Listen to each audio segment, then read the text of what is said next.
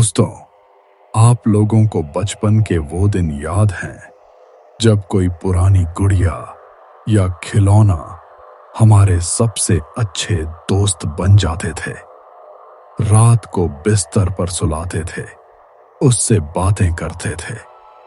लेकिन आज जो कहानी सुनाने जा रहा हूं, उसके बाद शायद आप कभी किसी पुरानी गुड़िया को छूने से भी डर जाएंगे। ये कहानी है 1969 की। उत्तर प्रदेश के लखनऊ के पास एक छोटे से गांव बाराबंकी में 12 साल की लड़की अनुराधा और उसकी छोटी बहन ललिता की। अनुराधा अपनी 4 साल की बहन ललिता से बहुत प्यार करती थी। ललिता का जन्मदिन आने वाला था और वो जिद कर रही थी कि उसे एक सुंदर सी गुड़िया चाहिए जो उसकी सबसे अच्छी दोस्त बने। लेकिन परिवार बहुत गरीब था। पिता मजदूरी करते थे, माँ घर संभालती थी। पैसे कहाँ से लाते? अनुराधा ने तय किया वो अपनी बहन के लिए खुद कुछ करेगी। पूरे 2 महीने स्कूल के बाद पड़ोसियों के घर काम करके छोटे छोटे पैसे इकट्ठा किए।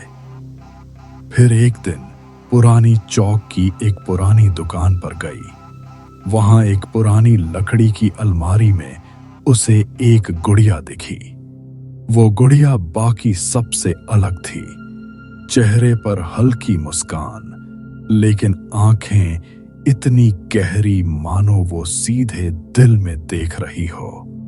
लाल साड़ी पहने हुए, लंबे काले बाल कमर तक। अनुराधा ने तुरंत उसे खरीद लिया, सिर्फ 20 रुपए में। ललिता के चौथे जन्मदिन पर जब उसने गिफ्ट खोला तो खुशी से चीख पड़ी। उसने गुड़िया को गले से लगा लिया और नाम रख दिया ललिता। अब तू मेरी सबसे अच्छी दोस्त है। ललिता रोज गुड़िया से बात करती, उसे नहलाती, उसके बाल संवारती और रात को अपने बगल में सुलाती। गुड़िया कभी भी उसके पास से नहीं हटती थी। लेकिन ये खुशी सिर्फ 6 महीने चली। एक दिन ललिता को तेज बुखार आया। डॉक्टर ने कहा डेंगू। गांव में उस समय डेंगू फैला हुआ था। ललिता तड़पती रही। आखिरी सांस तक उसने अपनी गुड़िया ललिता को सीने से चिपकाए रखा और सिर्फ 4 साल की उम्र में ललिता की मौत हो गई। परिवार टूट गया।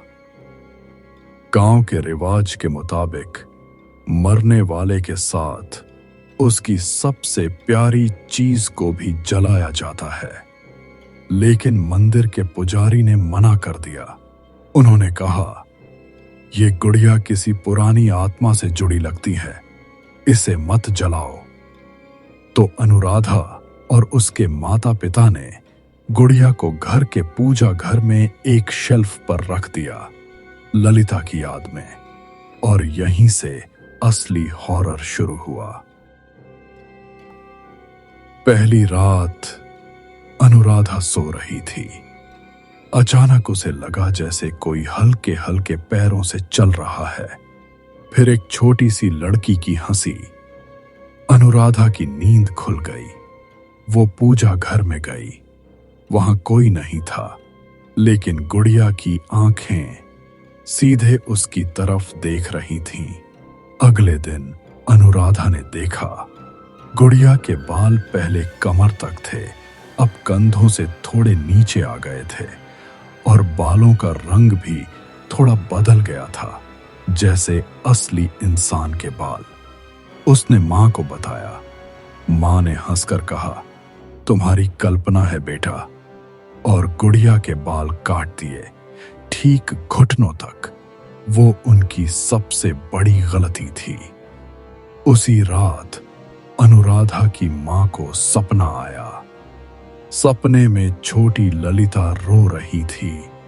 मां, तुमने मेरी दोस्त के बाल क्यों काट दिए? फिर ललिता का चेहरा बदल गया।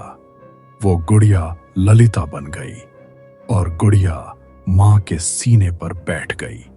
मां चीखते हुए उठी और सच में उनकी छाती पर वो गुड़िया रखी थी, जबकि शाम को तो वो शेल्फ पर थी। घर में सब डर गए, लेकिन कहानी यहीं खत्म नहीं हुई। धीरे धीरे गुड़िया के बाल फिर बढ़ने लगे। अब वो घुटनों से भी नीचे, और हर रात घर में आवाजें आने लगीं। कोई छोटी लड़की रो रही हो, हंस रही हो या नाम पुकार रही हो। अनुराधा।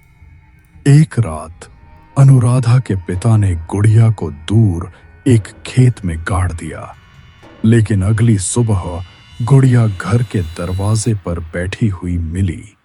उसके बाल अब कमर तक लंबे हो चुके थे और होंठ थोड़े खुले हुए लग रहे थे, जैसे मुस्कुरा रही हो।